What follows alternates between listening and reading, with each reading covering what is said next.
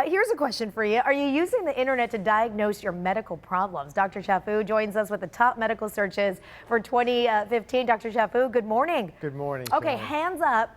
hands up if you get something and then you go to Google and you type in all the symptoms and then you get some diagnosis. I can't even tell you how many diseases I've had according to Google. Exactly. Dr. Chafu. So 1 in 20 of its searches, they're now geared toward health-related information. People are Googling what's wrong with them? They are, Shally, and actually those numbers and trends are probably going to increase. You know, Google is the 600-pound gorilla, and certainly it's the primary search engine that people use.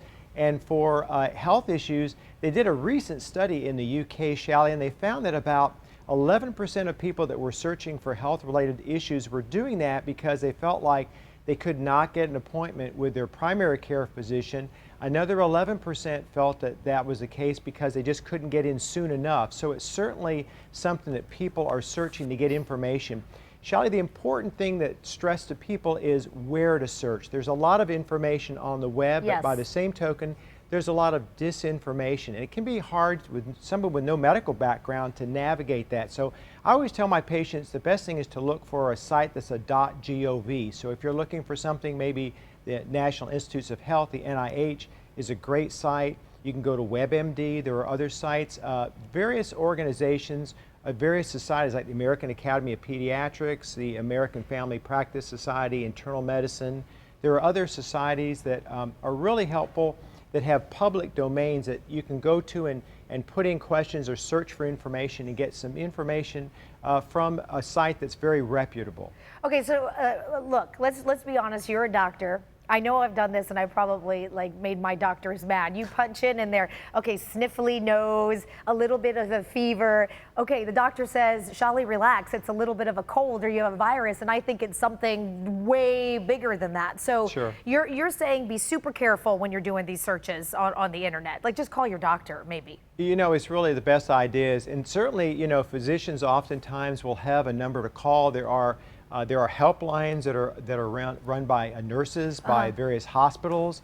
Rady Children's has a wonderful helpline for parents that are frantic about something going on with their child this time of the year with a flu illness, or there's even a poisoning center that you can call if your child's ingested something. What are people searching the most for? Is there something, is like a top search? What are they? So what these researchers, these Google researchers found that, Shally, the number one thing that people were searching for was information regarding bronchitis. And the question was, is bronchitis contagious? Okay. And it's an interesting question that doesn't really have a simple yes or no answer, because actually bronchitis itself is an inflammation of the bronchial tubes in the airway, and it's heralded by a cough, production of sputum, fever, general malaise, and that in and of itself may represent either a bacterial or a viral infection, so it may not be contagious. However, how we get bronchitis is usually secondary to some other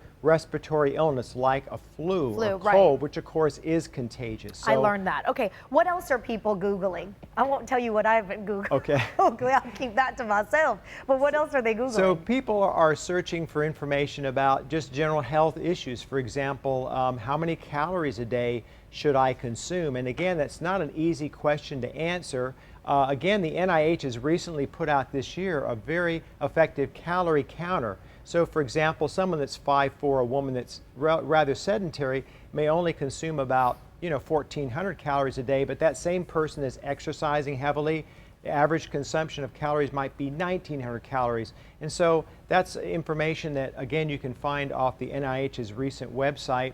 People are also searching about information regarding gluten. We've heard that that's a big issue. Oh, gluten. Gluten, and the fact that a lot of people are thinking, well, I've got to avoid gluten in my diet. Well, the truth of the matter is that gluten, Shally, is something that's a protein. It's found in barley, it's found in rye, and it's found in wheat. And it's an important protein. It's something that you should avoid if you have a disease called celiac disease, and that's an autoimmune disease of the small intestine.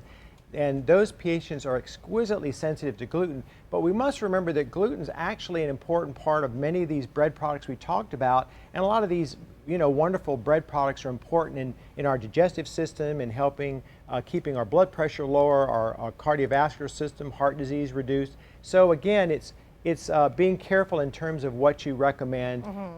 And there are other issues that people are looking at information regarding the flu. How long does flu last? We're seeing that flu normally will last about 7 to 10 days. Of course, it is contagious in the early stages. In the later stages, it's not as contagious. So the bagel with the schmear is okay? With moderation. With moderation. Great. Somebody grab me a bagel. 7:51. Dr. Chafu, thank you for being